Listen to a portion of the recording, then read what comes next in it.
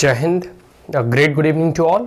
आज हम लोग इस क्लास में, इस वीडियो में क्रिप्टो करेंसी, जो कि बहुत ही एक प्रकार से कह सकते हैं कि कंट्रोवर्शियल इशू है, कंट्रोवर्शियल टॉपिक है।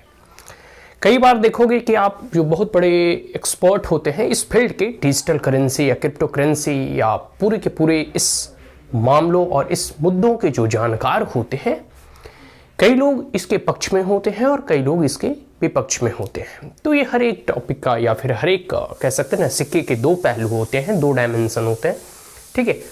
कोई उसके अगेंस्ट में होते हैं, कोई उसके फेवर में होते हैं। तो बहुत बार ऐसी परिस्थितियां उत्पन्न होती है तो लोग जो है पिटीशन सुप्रीम कोर्ट में फाइल करते हैं और सुप्रीम कोर्ट जो ऐसे न्यायाधीश के रूप में उसका काम है न्याय करना, दोनों पक्षों को सुनना, और दोनों पक्षों को सुनने के बाद फिर कई बार ऐसे कह सकते हैं कि नियम और कानून जिस पे नहीं बना रहता है, फिर सरकार को जवाब तलब किया जाता है और सरकार से उसकी राय पूछी जाती है, ठीक है।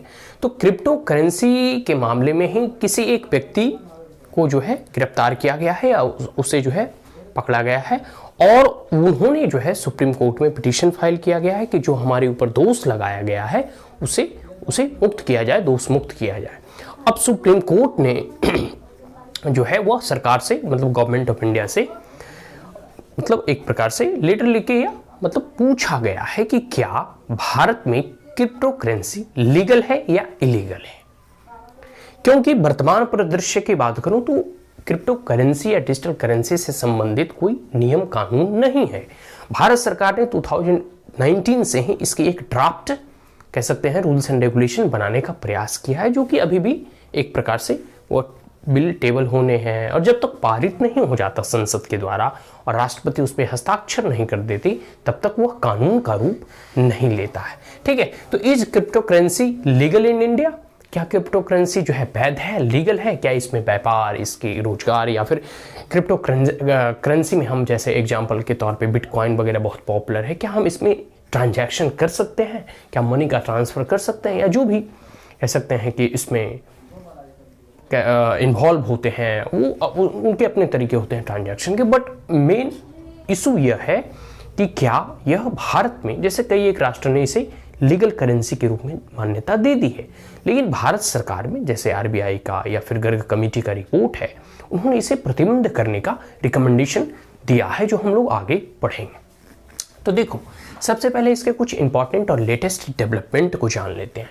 लेटेस्ट डेवलपमेंट में हुआ है कि बजट 2022 का, मतलब इस साल का 2022-23 का बजट जब पेश किया गया था, यूनियन बजट जो हमारा केंद्रीय बजट जो है, तो उसमें जो हमारे फाइनेंस मिनिस्टर हैं श्रीमती निर्मला सीतारमण जी, उन्होंने कहा कि 30% tax on the earning from the crypto currencies and NFTs, मतलब 30% कर की व्यवस्था की गई है उन लोगों का जिनकी आय क्रिप्टो करेंसी के माध्यम से होती है, या किसी भी प्रकार का गेन अगर क्रिप्टो करेंसी के माध्यम से आप करते हैं तो उस पर 30% का कर आपको देना होगा, और NFTs में भी। तो ये प्रावधान तो एक रिसेंट डेवलपमेंट जो कि हमें बजट में देखने को मिलता है। दूसरा है कि आरबीआई जो है, एक और चीज हम लोगों को सुनने को आया था उसी बजट में कि RBI introduce a new digital currency, मतलब आरबीआई जो है भारत अपना जो है डिजिटल करेंसी को लॉन्च करेगी। Is that clear? ये दो लेटेस्ट डेवलपमेंट है और सुप्रीम कोर्ट का ऑलरेडी हम लोगों ने जिक्र कर ही लिया। तो ये क्रिप्टो करेंसी और डिजिटल करेंसी से संबंधित है। आगे देखते हैं सबसे पहले कि क्रिप्टो करेंसी क्या है, इसे जान लेते हैं। उसके बाद इसके कुछ कह सकते हैं चैलेंजेस या कुछ इसके नेगेटिव इंपैक्ट को जान लेंगे और गर्ग कमेटी की रिपोर्ट की नोट्स को कह सकते हैं पॉइंट को समझ लेंगे। तो डिजिटल करेंसी है एक प्रकार से, क्रिप्टो करेंसी एक प्रकार का डिजिटल करेंसी है, जो कि डिजिटली जो है, वर्चुअली जो है हम लोग एक अकाउंट से दूसरे अकाउंट में ट्रांसफर करते हैं। Is that clear? Now encryption technique इसमें यूज होता है। एन्क्रिप्शन टेक्निक कहने का मतलब है कि एक बार जब आप, जैसे आप व्हाट्सएप वगैरह में जब हम मैसेज भेजते हैं तो बीच का जो इंटरमीडिएटरी जो कह सकते हैं कि ट्रांजैक्शन होता है या फिर ट्रांसफर होता है, तो एज इट इज वर्ड में ना होकर के बल्कि कोड में के माध्यम से वो ट्रांसफर होता है। तो एन्क्रिप्शन टेक्निक है, और जिसे कि कोई दूसरा व्यक्ति, मतलब हम जिसे भेजेंगे वो सिर्फ वही पढ़ेगा, बीच में कोई बिचौलिया या मिडिलमैन उसे नहीं पढ़ सकता है या नहीं जान सकता है। यह है ये एन्क्रिप्शन टेक्निक बेसिकली, और यही डिजिटल करेंसी इस क्रिप्टो करेंसी में यूज होता है। इस टेक्निक का are use to regulate the generation of the unit of the currency, और इसी जो है एरिप्शन मेथड टेक्निक के जरिए जो है इस क्रिप्टो करेंसी को रेगुलेट करने का और एक प्रकार से पूरे के पूरे इसके जनरेशन का कि एक यूनिट का कितना वैल्यू होगा, इसी जो है टेक्निक के माध्यम से वो किया जाता है। आगे है वेरीफाई ट्रांसफर ऑफ फंड्स, और जो भी जैसे फंड वगैरह ट्रांसफर करना, फंड क्या है इन द सेंस कि वही क्रिप्टो करेंसी या बिटकॉइन जो है एक अकाउंट से दूसरे अकाउंट में ट्रांसफर करना है, तो बस इसी के माध्यम से उसे वेरीफाई भी किया जाता है। ठीक है, आगे है ऑपरेटिंग इंडिपेंडेंटली, और सबसे बड़ी बात है कि यह स्वतंत्र रूप से कार्य करता है। लेकिन देखो होता क्या है कि कोई भी जब एक संप्रभुत्व संपन्न गणराज्य होता है या राष्ट्र होता है या देश होता है, जैसे भारत है, तो भारत में हर कोई पैसा और नोट नहीं छाप सकता। ऐसा नहीं कि आपको पैसे की कमी है तो चलो हम 2000 का नोट छाप लें, ऐसा संभव नहीं है। ठीक है, ऐसा होने लगे तो व्यक्ति सब के सब जो है सबके पास प्रिंटिंग मशीन है, सब अपना अपना करेंसी छाप लेगा। ये सिस्टम काम नहीं करता। पैसे छापने का, प्रिंटिंग करने का अधिकार जो अथॉरिटी है वो सिर्फ आरबीआई को या एआई एक प्रकार से कह सकते हैं भारत सरकार को है। अगर कोई व्यक्ति अगर इलीगली या फेक करेंसी अगर छापती है तो they can be punished by law, उसे नियम के अनुसार सजा होगी, उस पर जो है जुर्माना और उसे बंद भी कर दिया जा सकता है। तो वही कहा गया है कि इसे सेंट्रल बैंक जो या लेकिन जो यह क्रिप्टो करेंसी है, जो बिटकॉइन है या जो यह डिजिटल करेंसी है जो एज अ क्रिप्टो करेंसी के नाम से जाना जाता है, यह स्वतंत्र रूप से कार्य करती है। यह किसी भी देश के सेंट्रल गवर्नमेंट या फिर कह सकते हैं कोई एजेंसी जो उस देश की सरकार होती है उसके द्वारा यह रेगुलेट नहीं होता है, उसके द्वारा यह संचालित नहीं किया जाता है, उस नियमों के अधीन नहीं है, और सबसे बड़ी बात है उसके द्वारा प्रिंट नहीं किए जाते हैं या फिर डिजिटली उसे लॉन्च नहीं किए जाते। तो सबसे बड़ा अगर किसी पे अटैक है वह है उसकी संप्रभुता पे अटैक करता है, कि जो मन में आ रहा है कि कोई भी एक private individual company crypto currency के माध्यम से अगर आपके पूरे के पूरे राज्य व्यवस्था में या सरकारी व्यवस्था में अगर इसके द्वारा ट्रांजैक्शन करने लगेगा तो जो वैल्यू आपके मनी का है, आपका देश का है, जैसे इंडियन रुपीज हो गया, डॉलर हो गया, ये इसका तो ह्रास होगा ही, साथ साथ आपकी अथॉरिटी, आपकी रेगुलेशन करने की क्षमता वह भी चली जाएगी। इस डेट क्लियर? आगे है आरबीआई। आरबीआई के बारे में जान लेते हैं कि आरबीआई ने क्या रिकमेंड किया है क्रिप्टो करेंसी के लेकर, आरबीआई का क्या सजेशन है। ठीक है, तो रिस्क टू कंज्यूमर, सबसे पहला बात है कि RBI against it, RBI crypto currency के फेवर में नहीं है। और सबसे बड़ी बात उन्होंने कहा है कि रिस्क टू कंज्यूमर, या कंज्यूमर को एक रिस्क इससे बहुत अधिक होता है, और वह इस मामले में होता है कि इरिप्शन टेक्निक में और इसके वैल्यू जो है कभी भी अप होते हैं कभी भी डाउन होते हैं, बीच में कोई इसका रेगुलेटर नहीं है। तो आपका पैसा कहाँ जा रहा है, कितना बढ़ रहा है, घट रहा है, या किस प्रकार से इसकी वैल्यू अप एंड डाउन होती है, ऐसा इंटरनेशनली यह मनी जो है सर्कुलेट होता है, तो इंटरनेशनल सर्कमस्टांसेस और सिचुएशन के आधार पर भी इसके वैल्यूज जो है कभी लो और कभी हाई होते हैं। तो एक प्रकार से कंज्यूमर को एक हाई रिस्क, एक प्रकार से आप जानते हैं ना कि कहीं भी अगर अधिक प्रॉफिट आपको होता है तो वहाँ रिस्क भी बहुत अधिक होता है। ठीक है, मतलब अधिक पाने की चाह में आपको अधिक खतरा उठाना होता है। ठीक वही है, ये आपको ऑन दी स्पॉट और एट ए ग्लेंस देखने में तो लगेगा चलो इसमें बहुत प्रॉफिट है।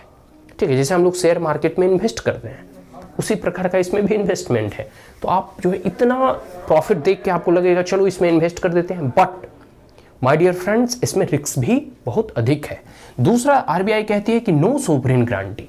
देखो हम लोग जो अभी बैंक में पैसा जमा करते हैं, जैसे कोई व्यक्ति के पास, हर एक व्यक्ति के पास लाख, 2 लाख, 10 लाख, जैसा जिसके पास सामर्थ्य है तो वो बैंक में जमा करता है। पहले क्या था कि 1 लाख तक सोवरेन गारंटी था, अब क्या है कि 5 लाख तक सोवरेन गारंटी है, कि कोई भी व्यक्ति अगर कितना ही पैसा जमा कर रहा हो, 5 लाख तक अगर मान लो बैंक फेल हो जाती है, डूब जाती है, या किसी भी तरह आपका मनी कहीं भी चला जाता है, लेकिन 5 लाख तक की रकम आपके को कह सकते हैं कि सुरक्षित है और एक प्रकार से इंश्योर किया गया है, एक प्रकार से इंश्योरेंस प्रोवाइड कराया जाता है कि अगर बैंक में आप 5 लाख तक का जो है आप मुद्रा या कह सकते हैं अपनी मनी को, अपने पैसे को रखते हैं तो वह सुरक्षित है। किसी भी हालत में अगर बैंक डूब भी गई तो सरकार आपको 5 लाख तक जो है रकम आपको प्रोवाइड कराएगी। हाँ, 5 लाख से अधिक है, अगर करोड़ रुपए है तो सरकार उसकी ठेका नहीं लेती, हालांकि बैंक डूबता नहीं है। ठीक है, क्योंकि अगर बैंक डूबेगा तो सरकार का भी इससे लॉस होता है, पूरे के पूरे देश की इकोनॉमिक और अर्थव्यवस्था पर इसके नेगेटिव इम्पैक्ट पड़ते हैं। आगे है मार्केट वोटा वोलाटिलिटी, मार्केट वोलाटिलिटी मतलब एक प्रकार से बहुत ही वोलाटाइल है, और एक प्रकार से कह सकते हैं ना कि आप अगर 2022 की बात करें तो क्रिप्टो करेंसी का वैल्यू बहुत हाई था। अभी के वर्तमान की बात करें तो क्रिप्टो करेंसी का वैल्यू बहुत लो है, मे बी इन फ्यूचर बहुत हाई हो जाए, मे बी इन फ्यूचर के और लो चला जाए। तो इसके जो वैल्यूएशन है ना, और पूरे के पूरे जो है इसके कह सकते हैं एक यूनिट की जितनी वैल्यू होती है वो गिरते रहती है, बढ़ते रहती है, और these are very volatile in nature. इसका कोई रेगुलेटर नहीं है, और बहुत ही कह सकते हैं कि ये अप एंड डाउन होते रहता है, विचलित होते हैं जल्दी जल्दी। तो कोई इसका प्रिडिक्शन भी नहीं कर सकता, कोई इसे प्रिडिक्ट भी नहीं कर सकता, पूर्वानुमान भी नहीं लगा सकता। आगे है रिस्क इन सिक्योरिटी, और सबसे बड़ी बात है कि यह सिक्योरिटी के लिए भी खतरा है, भारत की सिक्योरिटी के लिए। जैसे देखो, हम लोग पूरे के पूरे भारत देश जो आतंकवाद वगैरह से कह सकते हैं ग्रस्त है, त्रस्त है। पाकिस्तान जो है हमेशा जो है फेक करेंसी वगैरह भारत में नेपाल के जरिए या कहीं भी ट्रांसबॉर्डर के माध्यम से जो है वो ट्रांसपोर्ट करता है।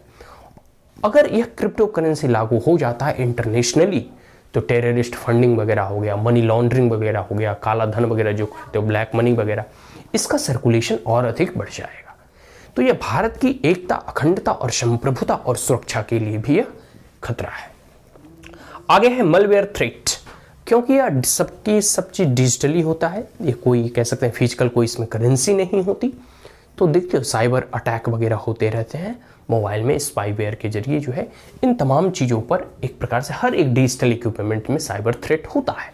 तो एक प्रकार से अगर आपकी अकाउंट में कोई भी या फिर किसी भी प्रकार से आपका जो है कह सकते हैं कि इसमें मतलब एक भी कह सकते हैं, अब जैसे ऑनलाइन डिजिटल सिस्टम है, इसमें कोई थ्रेट आता है, कोई साइबर मालवेयर एक प्रकार से कह सकते हैं कि कोई किसी भी प्रकार का जो है अगर इसमें डिजिटली या फिर ऑनलाइन माध्यम से कोई भी अगर हैकर इसे हैक करता है या आपके अकाउंट को मैनिपुलेट कर देता है आप या फिर कुछ भी, मतलब मान लेते हैं आप इसके अगर सिक्योरिटी पिन अगर आप एक बार खो जाता है तो आप इसे बदल भी नहीं सकते।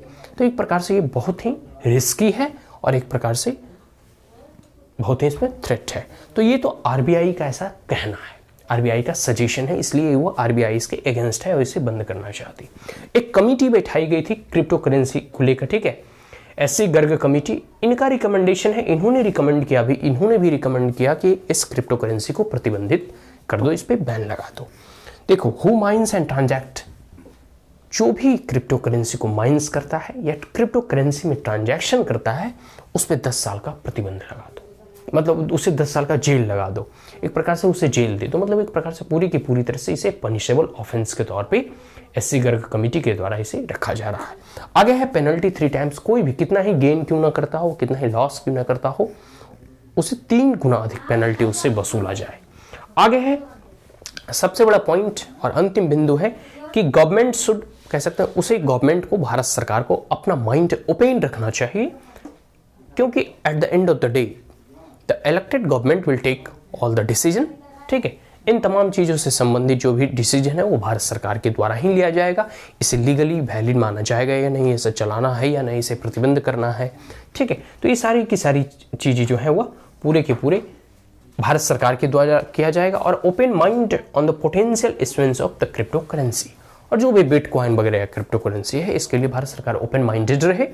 अब देखिए उसे लागू करना है या लाना है या नहीं, या इसे प्रतिबंध करना है। और आरबीआई के द्वारा एक प्रकार से कह सकते हो कि भारत सरकार के द्वारा ऑलरेडी कहा जा चुका है कि हम अपना मतलब भारतीय डिजिटल करेंसी को लॉन्च करेंगे, ठीक है। तो आज के लिए इतना ही। अब हम इस करंट अफेयर टॉपिक को यहीं समाप्त करते हैं।